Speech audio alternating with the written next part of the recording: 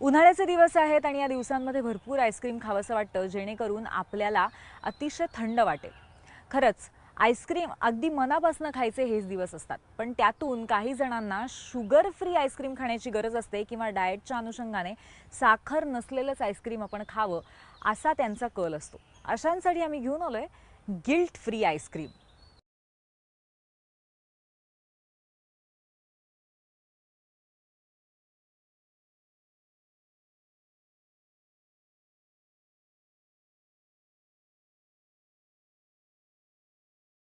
बरेचदा असं होतं की जी लोक डायटिंगवर असतात किंवा अगदी ज्यांना काही आजार आहे, डायबिटीस आहे, त्यांना पर्टिक्युलर काही पथ्य पाळावे लागतात.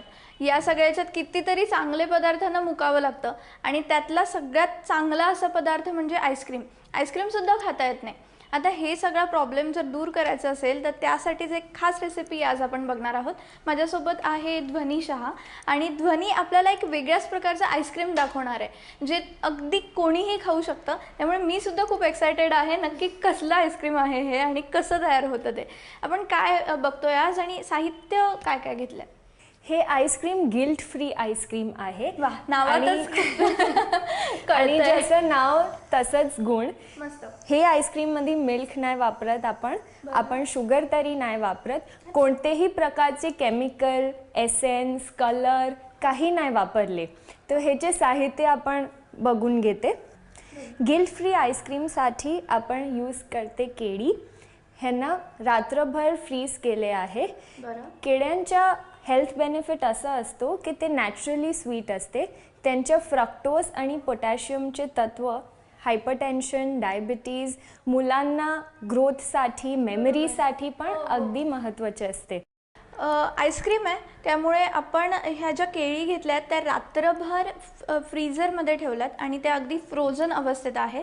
आणि ह्या ज्या केळी आहेत त्या फ्रोझन अवस्थेत असतानाच आपण त्याला ब्लेंड करून घेणार आहोत, जेणेकरून ती आईस्क्रीमची जी कन्सिस्टन्सी असते ती तशीच राहील आणि आपल्याला हे झाल्यानंतर नक्कीच ते झाल्यानंतर खूप पटकन खावंसं वाटेल आणि तुम्हाला फ्रीज करण्याची गरजच नाही आहे. हे असंच असं रेडी झाल्यावर आपण लगेच खाऊ शकतो.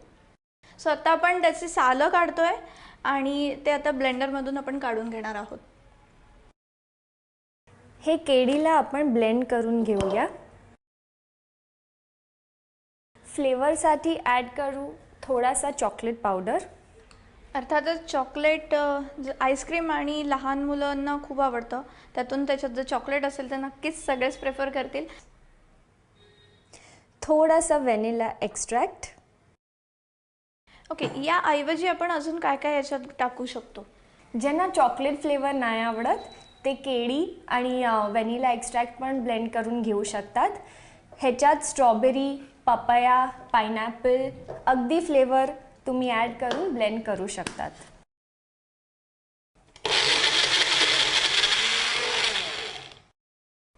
मला वाटतं ते फ्रोझन आहे, त्यामुळे जरा आपल्याला जास्ती वेळेस ते ब्लेंड करावं लागेल आणि जरासा घट्टपणा असतो त्याच्यात.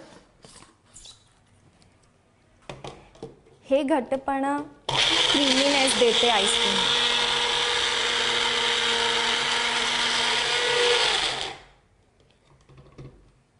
बस 2 मिनिट ब्लेंड करून तयार झाली आपली creamy chocolate guilt free ice cream.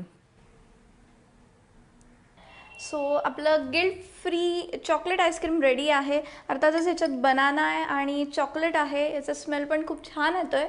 मी आता हे टेस्ट करणारच आहे. मात्र अशा पद्धतीचं आपण आता याच्यात बनाना वापरला, पण या व्यतिरिक्त दुसरे काही फ्रूट्स यूज करून असं सेम आपण आईस्क्रीम बनवू शकतो का? बनाना बेस आहे. त्याच्याने ते क्रीमीनेस आईस्क्रीमच्या टेक्स्चर मिळते.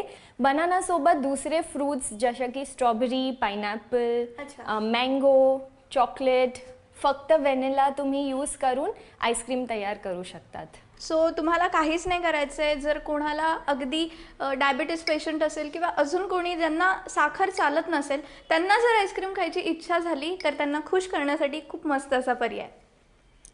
टेस्ट करून बघूयात कसं वेगळं काही लागतंय का, मला पण बघायचं आहे. वाव, खूप छान फ्लेवर आहे आणि असं अजिबात वाटत नाही की मी काहीतरी वेगळाच पदार्थ खाते. आईस्क्रीम चा प्रॉपर फ्लेवर याच्यात नक्कीच उतरतोय. त्यामुळे नक्की एकदा ट्राय करा.